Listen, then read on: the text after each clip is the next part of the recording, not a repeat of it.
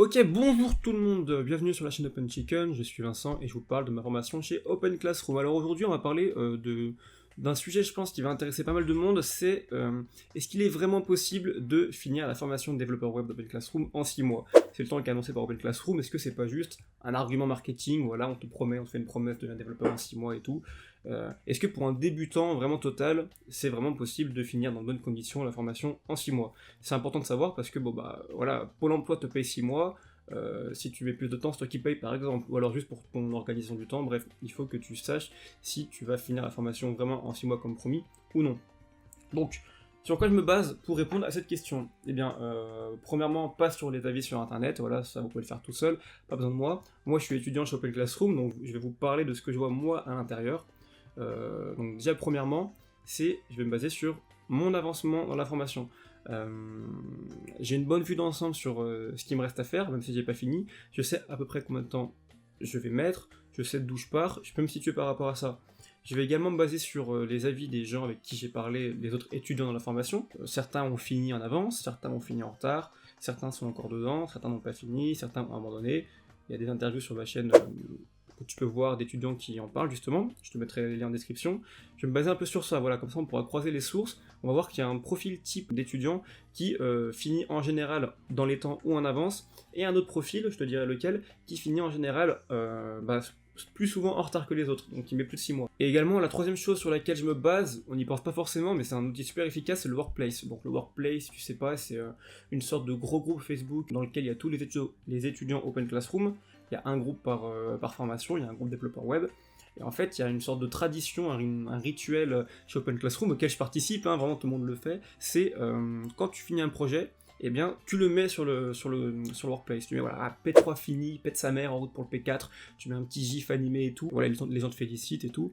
Et du coup, en fait, quand tu vas sur le profil d'une personne et que tu regardes toutes ses publications, eh ben, tu peux voir le moment où elle s'est présentée, le moment où elle a commencé la formation, et au fur et à mesure des posts, voir sur quel projet est-ce qu'elle a galéré, elle a mis du temps, et combien de temps elle a mis jusqu'au P7, le dernier projet.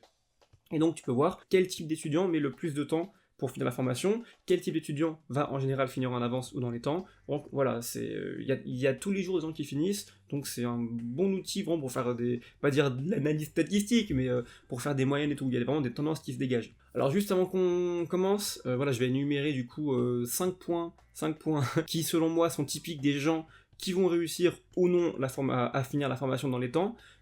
J'ai pas envie en fait de décourager, de démoraliser des gens qui auraient cette démarche, cette super démarche, hein, je te félicite de commencer la formation, juste parce que, voilà, je suis pas prophète, juste parce que j'aurais dit, ah bah les personnes qui sont comme ça en général elles finissent en plus de 6 mois. Tu vois, le but c'est pas ça, de toute façon t'es motivé, si tu veux commencer Open Classroom, c'est pas moi, Vincent, qui vais te démotiver je pense avec cette vidéo, mais il y a des généralités, il y a des tendances, les faits sont les faits, faut les dire, juste sache que aucun point n'est rédhibitoire, voilà. C'est pas parce que je dis que les gens qui sont comme ça, en général, ils mettent plus de 6 mois à finir, qu'il faut que tu te braques et que tu dises putain, je vais finir en retard, tu vois. Non, aucun point n'est rédhibitoire, juste si t'as un malus quelque part, il faudra le combler autre part, en t'organisant mieux par exemple. Donc c'est tout en fait, voilà. Et de la même manière, c'est pas parce que tu te retrouves dans les 5 points que j'ai dit et que tu te dis vas-y c'est bon, je vais la faire les mains dans les poches, que voilà, si tu pars comme ça, non, tu vas galérer quoi qu'il arrive, je te le dis, donc c'est juste à titre indicatif, voilà. Eh bien on va commencer le premier point, donc le premier point c'est quoi? On va faire les plus logiques d'abord, et ceux auxquels on pense le moins ensuite, vers la fin. Donc le premier c'est logique, c'est est-ce que tu commences avec les bases? Donc ma formation c'est développeur web, mais quelle que soit la formation c'est pareil, hein. Mais les bases en dev web c'est quoi? C'est HTML, CSS. Alors pourquoi c'est important pour finir dans les temps? Je te rassure, la formation est prévue pour les débutants, si tu démarres de zéro, la formation est prévue pour les gens qui démarrent de zéro.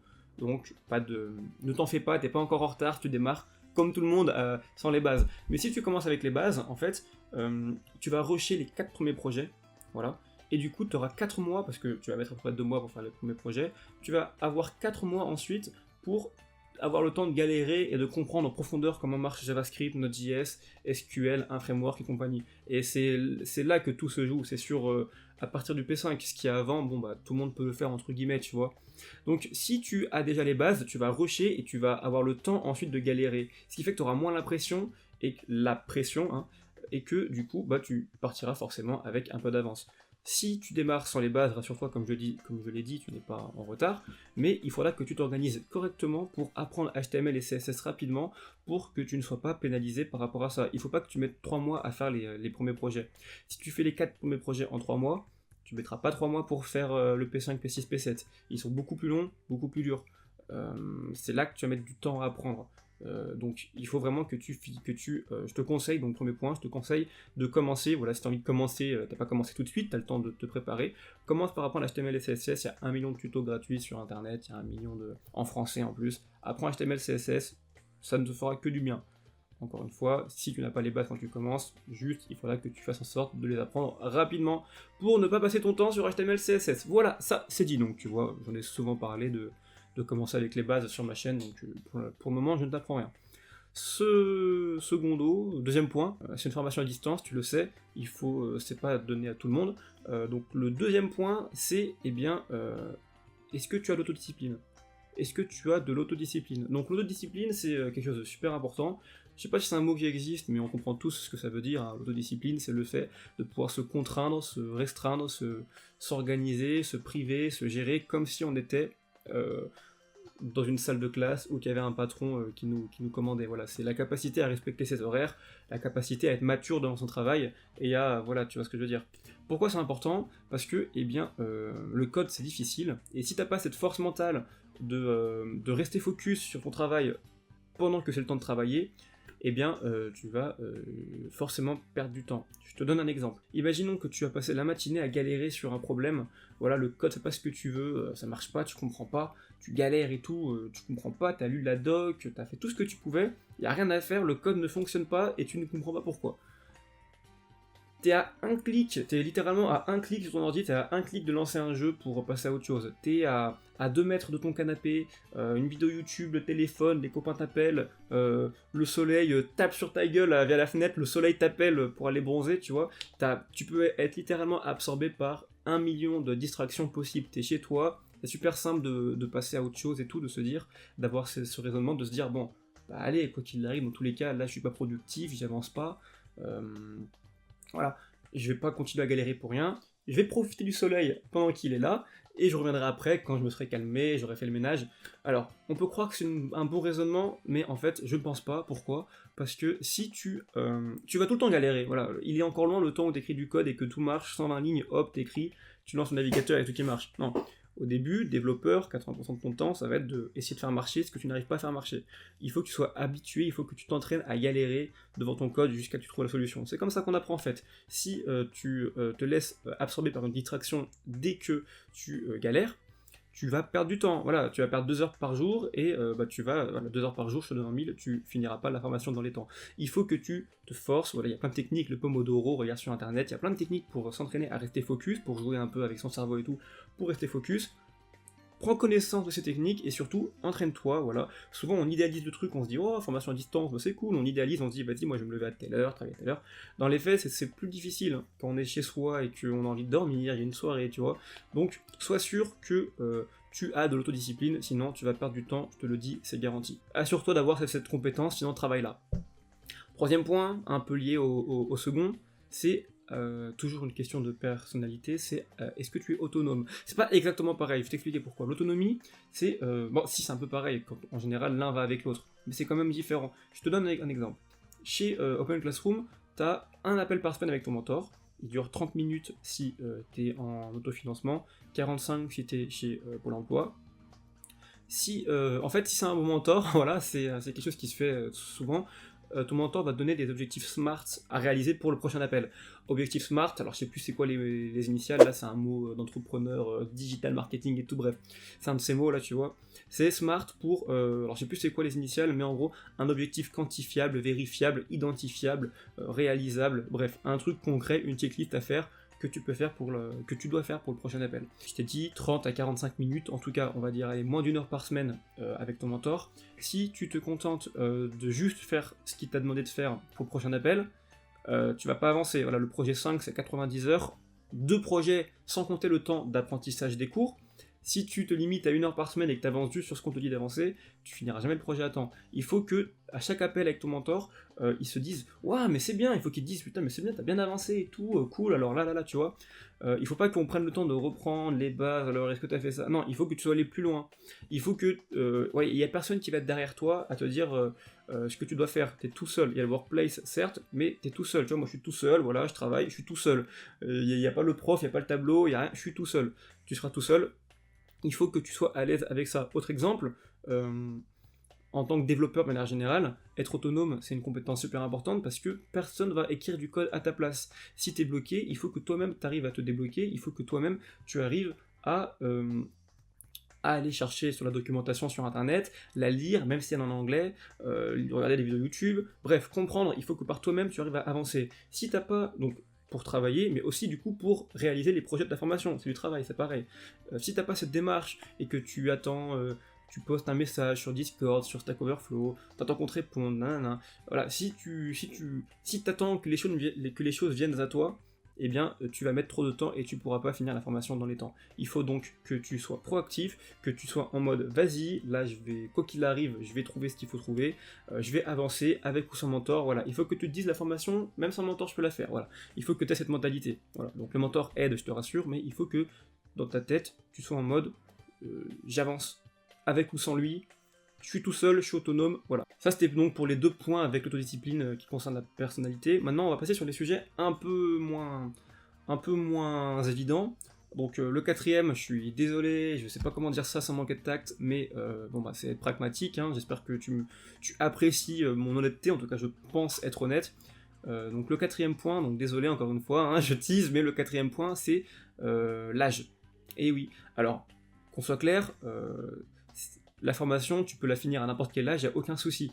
D'ailleurs, ce qui compte en tant que développeur, c'est pas l'âge que tu as, on n'est pas en train de faire un boulot de comptable ou je sais pas quoi, c'est ton expérience. C'est si tu maîtrises plein de langages, même à 50 ans tu te fais embaucher, il n'y a pas de souci. Et en freelance, je t'en parle même pas, tu vois. Mais pourquoi l'âge c'est important pour finir la formation dans les temps? Je t'apprends rien, c'est être pragmatique, c'est des faits. Quand un enfant, quand t'es jeune, t'apprends une langue plus rapidement que quand t'as 50 ans. Voilà. C'est un fait, on le sait, le cerveau fonctionne comme ça. Le code, c'est pareil, le code, si t'en as jamais fait, c'est quelque chose de nouveau. C'est quelque chose qu'il faut apprendre de la racine, quelque chose que ton cerveau n'est pas préparé. Donc, si plus t'es âgé, on va dire plus t'es proche de la retraite, moins tu vas apprendre rapidement. Et donc, forcément, la formation est basée pour durer 6 mois. Si tu es plus proche de la retraite que de ton arrivée sur le marché du travail, tu risques de mettre plus de temps. Et c'est une généralité, c'est pas un fait encore une fois. Ce qui va beaucoup jouer aussi, c'est est-ce que tu as l'habitude d'utiliser un ordi. Voilà, si tu as l'habitude d'utiliser un ordi, si tu as travaillé dans le réseau avant par exemple, forcément l'âge va beaucoup moins jouer, je te rassure. Je te parlais du workplace en début de vidéo. Sur le workplace, souvent, les gens que je vois qui finissent en retard, 7 mois, 8 mois, 9 mois, souvent les gens que je vois finir en retard, ils finissent la formation, il n'y a pas de souci, hein, mais souvent c'est ce profil de personnes, c'est des gens qui ont travaillé peut-être pendant 15 ou 20 ans dans un autre domaine, un domaine qui n'avait rien à voir, dans la mode, dans je ne sais pas quoi, et qui se sont reconvertis, qui n'avaient pas l'habitude du coup de toucher un ordinateur, et le manque d'expérience dans l'informatique de manière générale, plus l'âge qui fait qu'on est loin des cours académiques, on est loin d'être habitué à se concentrer pendant des heures et tout ça font que tu seras moins dans de bonnes conditions pour finir rapidement. La formation, comme je te dis, ils la finissent, mais ils mettent plus de temps. Donc, si c'est ton cas, ne te décourage pas, voilà, c'est pas parce que tu as 40 ans que la formation, tu peux pas la faire, loin de là. Enfin, la faire en tout cas dans les temps.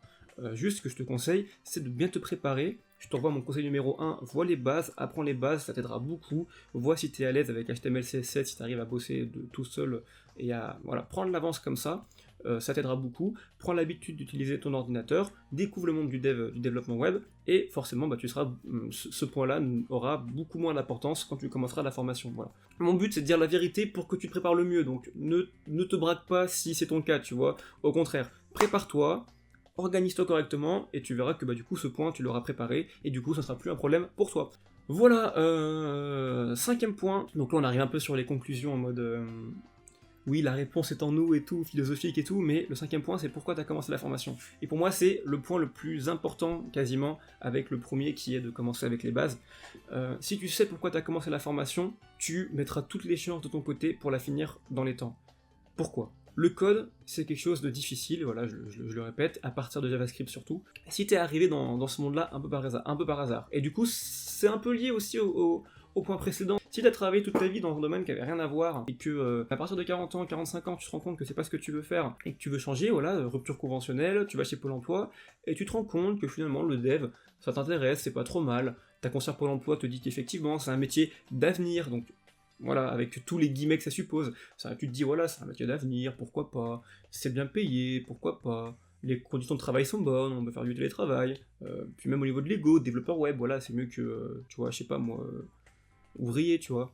Donc voilà, si c'est arrivé un peu par hasard, qu'avec des pourquoi pas, t'auras pas ce feu en toi qui te poussera, qui te motivera quand tu vas galérer. Et quand tu vas galérer, le risque de démotivation, il est très important. Sur une formation à distance, d'autant plus. Et quand tu te démotives, je te donne en mille, tu dors plus longtemps, tu t'es moins réglo sur tes horaires, tu perds du temps. Voilà, pendant une semaine, tu vas dire j'arrive pas, y a rien à faire. Ou tu dis vas-y, j'arrive pas, y a rien à faire, je vais attendre dans 5 jours l'appel du mentor. Et pendant 5 jours, tu travailles plus. Alors qu'au contraire, si tu sais exactement pourquoi tu as commencé, tu sais que, voilà, on a tous nos raisons propres, mais si cette raison, elle est suffisamment forte, même si tu galères pendant une matinée, que le soleil t'appelle pour aller bronzer, et non, tu vas te dire, je sais pourquoi j'ai commencé cette formation, je vais la réussir dans les temps, quoi qu'il arrive, je vais y arriver, le JavaScript, nique ta mère, je vais te bouffer ta mère, voilà, je vais te dompter, je vais réussir, voilà. La motivation, elle est super importante pour gérer les moments de frustration qui mènent à la démotivation, voilà, on dirait Yoda, le côté obscur mène à la souffrance, mène à la peine, mais c'est un peu ça. Il faut que tu aies ta raison forte en toi qui te pousse et qui ne te fera jamais dévier de ton chemin. Tu sais que tu veux devenir développeur et crois-moi, cette mentalité, ça t'aidera beaucoup pour garder la foi pendant ta formation et la finir dans les temps. Voilà. Donc c'était les 5 points. Pour résumer rapidement, premièrement, commence avec les bases, c'est le plus important, je dirais.